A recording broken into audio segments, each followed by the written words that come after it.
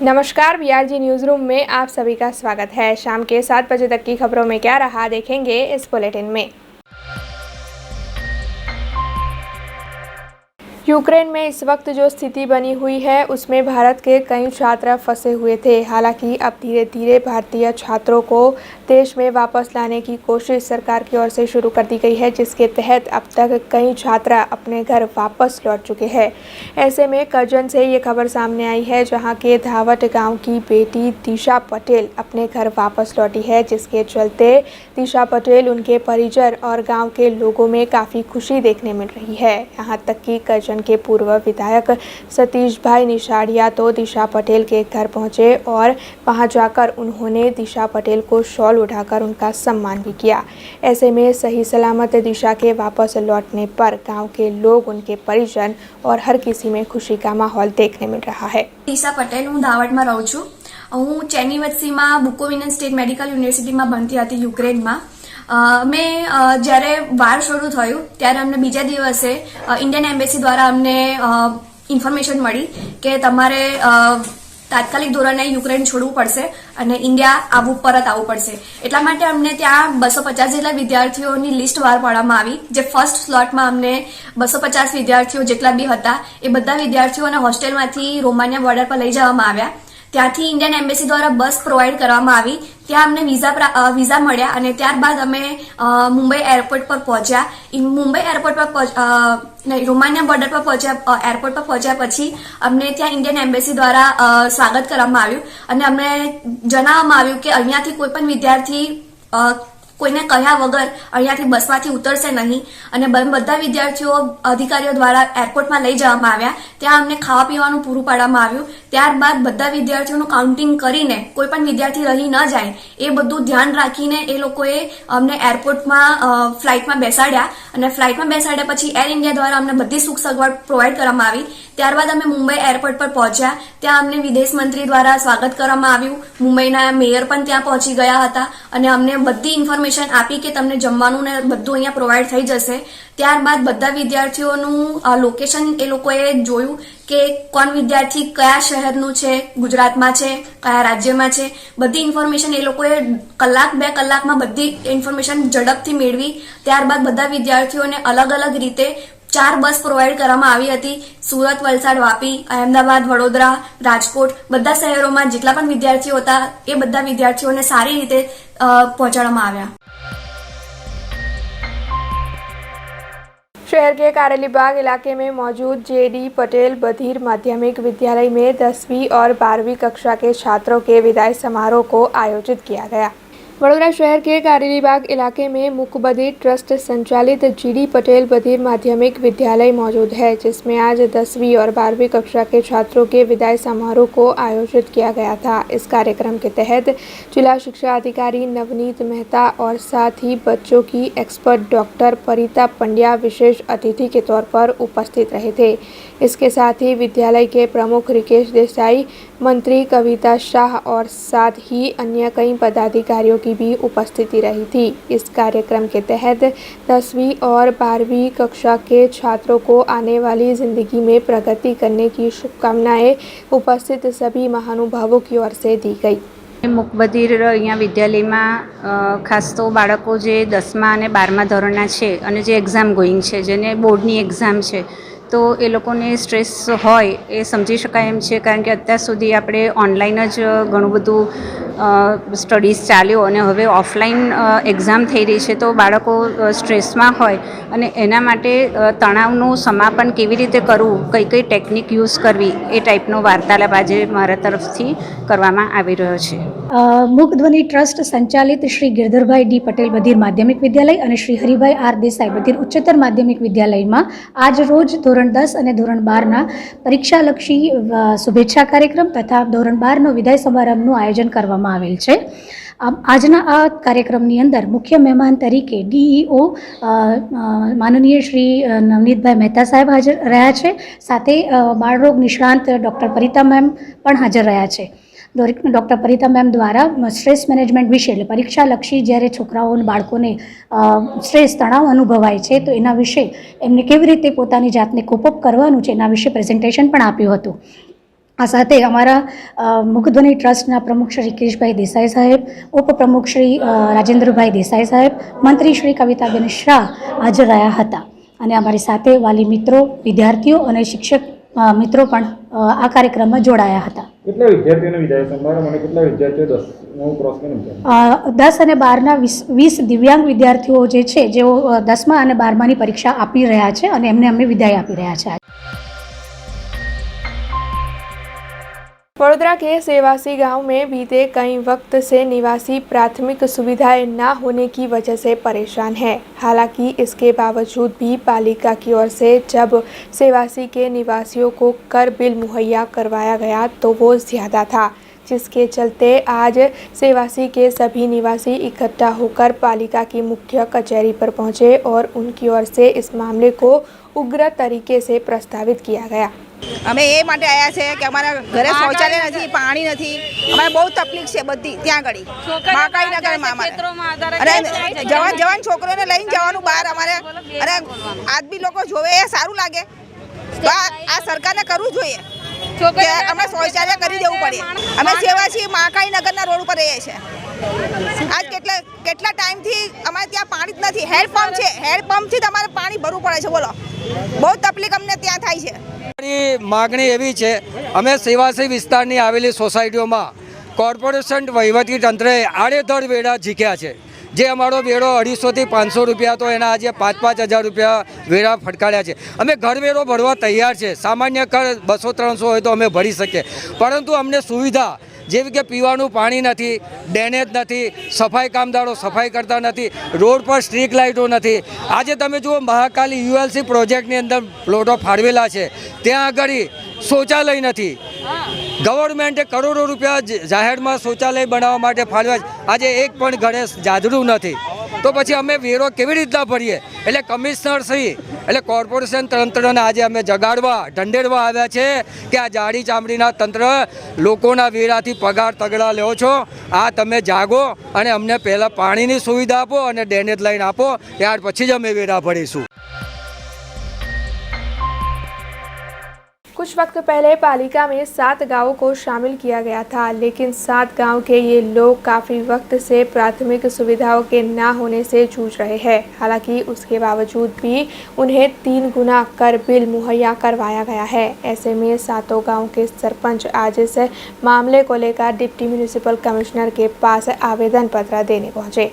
तकरीबन 2 साल पहले पालिका में 7 गांवों को शामिल किया गया था। दरअसल इन 7 गांवों के लोगों में इस वक्त काफ़ी नाराज़गी देखने मिल रही है। बीते 2 सालों से इन्हें पालिका में शामिल तो कर लिया गया है, लेकिन फिर भी कई ऐसी सुविधाएं हैं जो अभी भी गांव के निवासियों को नहीं मिल रही है। तो वहीं 3 गुना ज़्यादा कर बिल पालिका की ओर से इन गांव के निवासियों को मुहैया करवाया गया है। हालांकि जब उन्हें सुविधाएं ही नहीं मिल रही है तो फिर इतना ज़्यादा कर बिल कैसे हो सकता है? ऐसे में इस मामले में रोष जताते हुए 7 गांव के सरपंच डिप्टी म्यूनिसिपल कमिश्नर के पास पहुंचे और उनकी ओर से आवेदन पत्र देते हुए इस मामले को प्रस्तावित किया गया। ખાસ કરીને જે 7 ગામો જે આપણે 2020માં વડોદરાની આસપાસના હતા, જે વડોદરા મહાનગરપાલિકામાં ભેળવ્યા, એટલે 2020-21ના જ્યારથી ભળ્યું ત્યાર પછીનો જે સમય છે એટલા મહિના, અને 21-22નું વર્ષ જે હમણાં પૂરું થવા જઈ રહ્યું છે, એ 2 વર્ષના વેરા બિલો આપણી ટીમે ઘેર ઘેર ને મિલકતે પ્રોપર્ટી જઈને સર્વે કર્યો હતો. સર્વે કર્યા પછી સૌ પ્રથમ વખત આ તમામ બિલો તૈયાર થયા અને એ બિલની ભજવણી આ મહિનામાં ચાલુ કરવામાં આવી છે. ત્યારે આ જે 7 ગામો જે કોર્પોરેશનમાં ઓલરેડી ભળ્યા છે, એમના 7 ગામના પૂર્વ સરપંચો લેખિત રજૂઆત લઈને આવ્યા છે કે આ ગામો હજુ થોડો સમય જ થયો કોર્પોરેશનમાં ભળ્યા છે, પરંતુ જે રીતે મૂળ શહેરમાં જે પાયાની તમામ સુવિધાઓ એ લોકોને આપવી જોઈએ, તમામ સુવિધાઓ હજુ ચાલુ થઈ શકી નથી. હજી એમનો એક રજૂઆત એ પણ હતી કે આરોગ્ય છે એ પણ અત્યારે હજુ રાજ્ય સરકાર હસ્તક છે, કોર્પોરેશનને હેન્ડઓવર થઈ નથી. બીજી વાત શિક્ષણની પણ હતી. શિક્ષણનું જો કે એ સ્કૂલો છે આપણે નગર પ્રાથમિક શિક્ષણમાં ભળી ગઈ છે, પરંતુ આરોગ્યના વિષય છે એમની પણ રજૂઆત હતી. તો એમને કહેવું હતું કે ભાઈ જ્યાં સુધી પૂરી સુવિધાને એ પૂરી પાડવામાં ના આવે ત્યાં સુધી તમામ વેરા માફ કરવામાં આવે. આપણે તો જે પ્રમાણે નિયમને એ છે એ પ્રમાણે જ્યારથી કોર્પોરેશનમાં કોઈ ભળે ત્યારથી જે કોર્પોરેશનનો ભાગ ગણાય છે અને કોર્પોરેશનના ભાગ ગણાય એટલે કોર્પોરેશનને જે નીતિ નિયમ ને કાયદા પ્રમાણે એ વેરો લેવા પાત્ર થાય છે. હવે જ્યારે એમની રજૂઆત આવી છે ત્યારે જ એ રજૂઆતમાં એક્ઝેક્ટ શું છે અને એમાં એ લોકોની જે માગણી અને લાગણી છે એને કઈ રીતે આપણે સંતોષી શકીએ અથવા તો આગળ પગલાં ભરી શકીએ એ મિટિંગમાં કે ઉચ્ચ લેવલે નિર્ણય લેવામાં આવશે. પહેલી સહિતના જે 7 ગામો કોર્પોરેશનમાં સમાવેશ કરવામાં આવ્યો છે એ તમામ ગામોને જે વેરા બિલ બજાવવામાં આવે છે એ ખૂબ ઊંચી રકમના હોય અને ભરવા પાત્ર ના થતા હોય તેવા ચાર્જ પણ લગાડવામાં આવ્યા છે. સોસાયટી વિસ્તારમાં કોમન એમ્યુનિટીઝના પણ ઊંચા દર લગાવવામાં આવ્યા છે. એના સિવાય ધાર્મિક સંસ્થાઓ અને સામાજિક સંસ્થાઓ કે જે નફો નથી કરતી તેને પણ વેરા બિલ બજાવવામાં આવ્યા છે અને ખૂબ ઊંચી રકમના વેરા બજાવવામાં આવે છે. એના કરતાં ઊંચા વેરા બજાવવામાં આવ્યા છે. અમને તો એવું લાગી રહ્યું છે કે જે ખેતરમાં રોડ બની રહ્યા છે ને એનું બિલ આ પંચાયતોમાં નાખવામાં આવે છે એ રીતના આ લોકોએ વેરા બજાવેલા છે. જેથી અમારી માંગણી એ છે કે બાયલી સહિત તમામ વિસ્તારોને 5 વર્ષ માટે સ્પેશિયલ સ્ટેટસ આપવામાં આવે અને જે વેરા બિલ બજાવ્યા છે એ પરત ખેંચી એક રિઝનેબલ અમાઉન્ટ તરીકે વેરા બિલ ફરીથી બજાવવામાં આવે એવી અમારી માંગણી છે. વર્ષ જેવું સમય થવા આવ્યો પણ અત્યાર સુધી મારા બાયલી વિસ્તારની વાત કરું તો કોઈ પણ પ્રકારનું વિકાસનું કામ બાયલીમાં થયેલું નહીં અને જે પંચાયતના સમયમાં જે કામો ચાલી રહ્યા હતા એ જ કામો પણ ધીમી ગતિએ ચાલી રહ્યા છે. બીજું કોઈ એમાં કોઈ વિકાસના વેગ મળ્યો નથી. કોઈ જ પાણીની લાઈન નખાયેલી નથી. બીજું કે જે ગ્રામ પંચાયત જે રીતના પાણી પુરવઠો સપ્લાય કરતી હતી એ જ સપ્લાય ચેન પ્રમાણે પાણીનો પુરવઠો વિતરણ થઈ રહ્યો છે. બીજી વાત કરું કે મોટા કોમર્શિયલ વેરા જે 2-2.5 લાખના આપવામાં આવ્યા છે એમાં નથી ગટર કે નથી પાણીનું કનેક્શન, તેમ છતાં પણ 50-50 હજારના વેરા ગટર અને પાણીના વેરા બિલમાં બજાવવામાં આવેલા છે. ચાલુ માસના શરૂઆતમાં જે રીતે બજેટ બહાર પાડવામાં આવ્યું હતું કર અને દર વિનાનું, એ બજેટ ખાલી ને ખાલી જે આ 7 ગામો સમાવેશ ના થાય એ પૂર્વનું જે વિસ્તાર હતો એની માટે જ છે. પરંતુ આ 7 ગામોને તો ધરખમ વેરાનો વધારો કરવામાં આવ્યો છે એનો લાભ આ 7 વિસ્તારમાં કોઈને થતો નથી. વડોદરા તાલુકાના જે 7 ગ્રામ પંચાયતોનો વડોદરા મહાનગરપાલિકામાં આજથી 2 વર્ષ પૂર્વે સમાવેશ કરવામાં આવેલો, તે ગામોને અસહ્ય અને આડેધડ વેરા બિલો જે કંઈ કોર્પોરેશન દ્વારા બજાવવામાં આવેલા છે એના વિરોધમાં આજે અમે આવેદનપત્ર કમિશનરશ્રીને આપવા આવ્યા છે કે જે આપણા દ્વારા બિલો બજાવવામાં આવ્યા છે તાત્કાલિક ધોરણે રદ કરીને પાછા ખેંચવામાં આવે અને વિકાસની દ્રષ્ટિએ અને વેરાની દ્રષ્ટિએ સાથે 7 ગ્રામ પંચાયતોને સ્પેશિયલ સ્ટેટસનો દરજ્જો આપવામાં આવે કે જેથી કરીને સુચારું ડેવલપમેન્ટ આ વિસ્તારોનું થઈ શકે અને 5 વર્ષ સુધી એના પાયાની સુવિધાઓ ડેવલપ કર્યા બાદ જ એના ઉપર વેરો લેવાય એ વાત લઈને આજે અમે કમિશનર પાસે આવ્યા છે અને એ રજૂઆત અમે કરવાના છે. વડોદરા મહાનગરપાલિકામાં જાણે કોઈ માનાંક જ ના હોય, કોઈ ધારા ધોરણ જ ના હોય એ રીતે અલગ અલગ વેરાઓ બધાને એક સરખી મિલકત હોય તેમ છતાં અલગ છે. અને દુઃખની વાત તો એ છે કે ધાર્મિક સંસ્થાઓ મંદિરોને પણ 15-15 હજારના વેરા આપ્યા છે, તો ક્યાંથી એ મંદિરોને પણ નથી છોડ્યા એમને. અમે વિરોધ કર્યો હતો અને અમારો વિરોધ સાચો હતો એ આજે કોર્પોરેશને સાબિત કરીને બતાવ્યું છે કે અમને જે બીક હતી એ બીક આજે સિદ્ધાર્થ થઈ છે કે જે અમે કહેતા હતા કે એમની દાનતમાં ખોટ છે અને ખરેખર આજે ખોટ દેખાઈ આવે છે. आज है national science day. Baroda high school Bagikhana की ओर से बीते 1 सप्ताह से नेशनल साइंस डे के मौके के चलते विभिन्न तरह के आयोजन किए जा रहे हैं।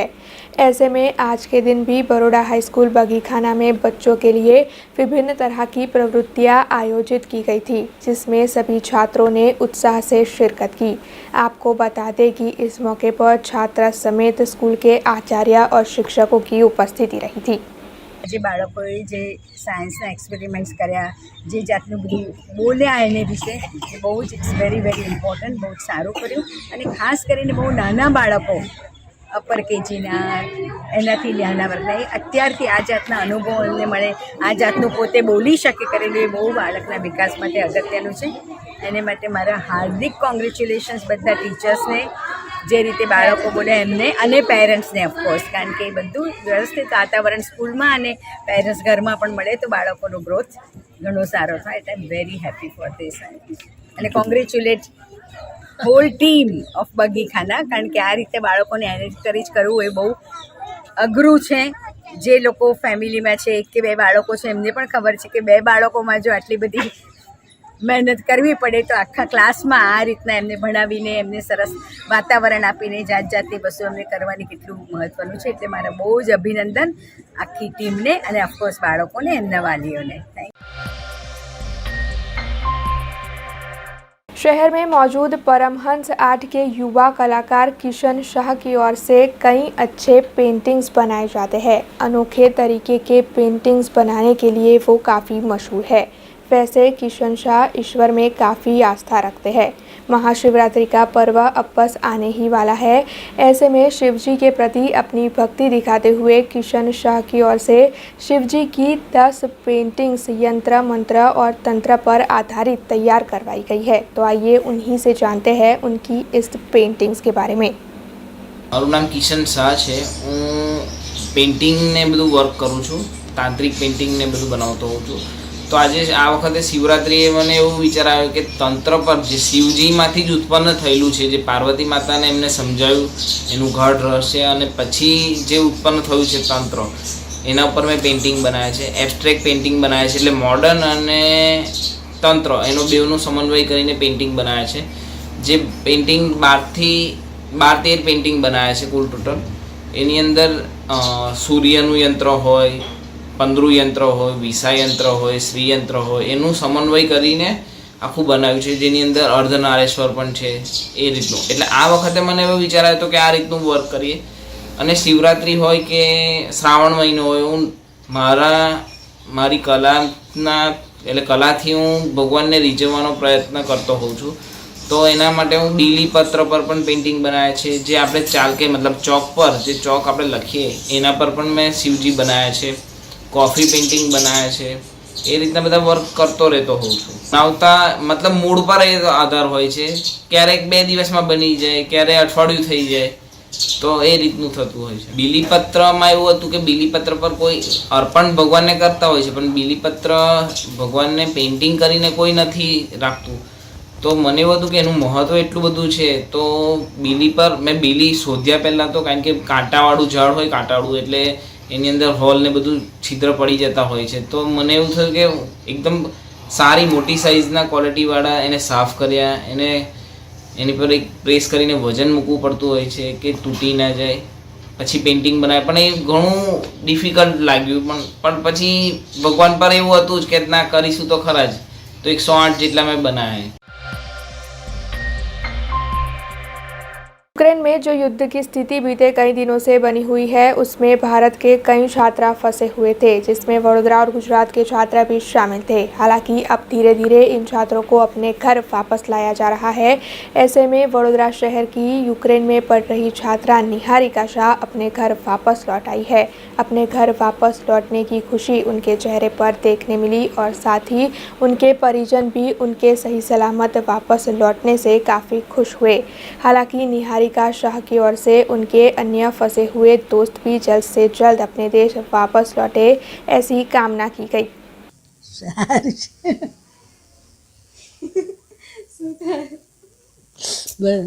આનંદની વાત છે. સારી રીતે આવી ગઈ અમારી બેબી.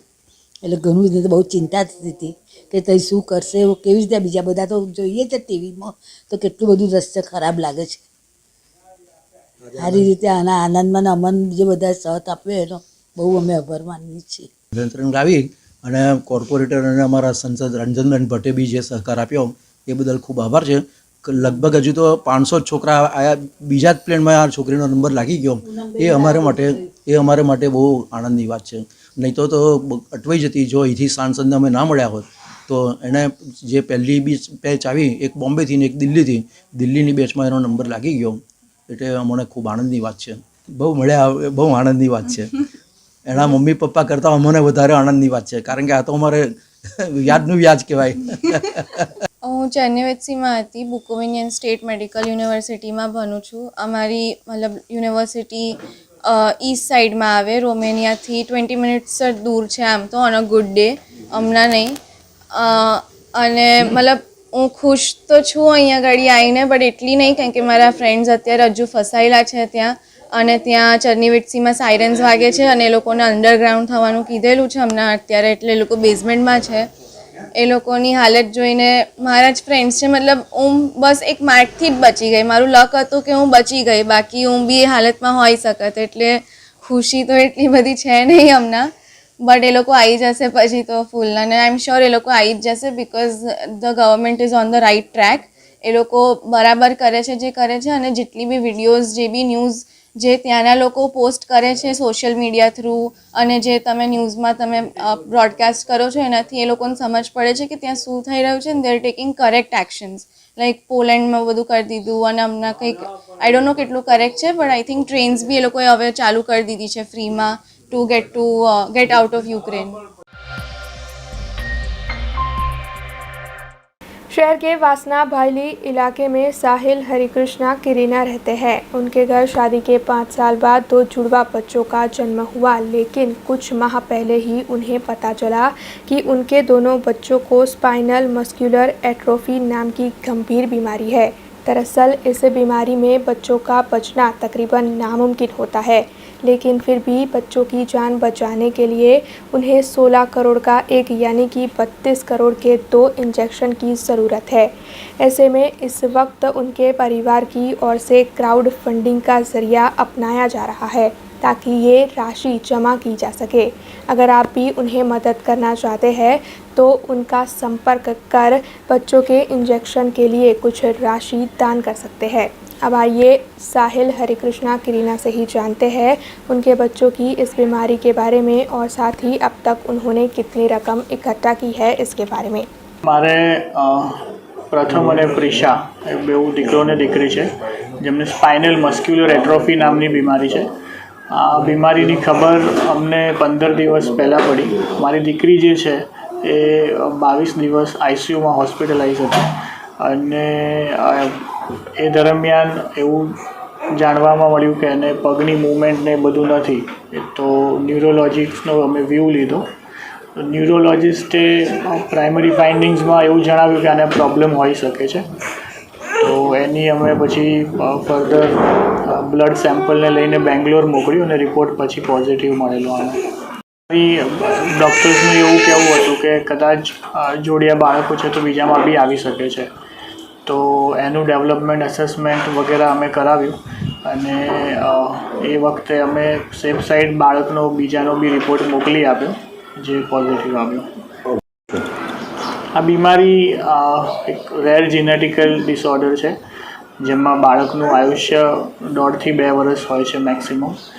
અને જે ડૉક્ટર્સના વ્યૂ છે એ પ્રમાણે એક ઇન્જેક્શન છે જોલ્જન SMA, જેની કિંમત 16 કરોડ રૂપિયા છે, જે અમેરિકા નોવાર્ટિસ કંપની છે એ બનાવે છે. એ ઇન્જેક્શન ત્યાંથી ઇમ્પોર્ટ કરી અને એને આપવામાં આવે તો એનો જીવ બચી શકે એમ છે. 2 બાળકો છે એટલે ટોટલ ખર્ચ 32 કરોડ રૂપિયા. 32 કરોડ રૂપિયા માટે અમે 32 કરોડ રૂપિયા માટે અમે ક્રાઉડ ફંડિંગનો ઓપ્શન સિલેક્ટ કર્યો છે. મધ્યમ વર્ગીય પરિવારમાંથી અમે લોકો છીએ, અને 32 કરોડ રૂપિયા અફોર્ડ કરી શકીએ એવી પરિસ્થિતિમાં નથી. તો ઇમ્પેક્ટ ગુરુ પ્લેટફોર્મ છે, ત્યાં અમે રજીસ્ટર કર્યું છે. સોશિયલ મીડિયા પર લોકોને વિનંતી કરી રહ્યા છે. મારું જે ફ્રેન્ડ સર્કલ છે, સોસાયટીના મેમ્બર્સ છે, એ બધા જ લોકો આમાં ઇન્વોલ્વ થયા છે. અને મંદિર છે, એક્ઝિબિશન હોય એવી જગ્યાઓ છે, જ્યાં વધારે ક્રાઉડ ભેગું થતું હોય એવી જગ્યાઓ છે, ત્યાં આગળ લોકોનો સપોર્ટ એક્સપેક્ટ અમે લોકો કરી રહ્યા છે, અને ત્યાંથી સારો રિસ્પોન્સ બી મળી રહ્યો છે. अब खबरों से लगातार अपडेट रहना हुआ आसान. BRG न्यूज आपके मोबाइल स्क्रीन पर. आज ही BRG न्यूज की mobile app Google play store और ऐप स्टोर से डाउनलोड करें और खबरों से लगातार जुड़े रहें.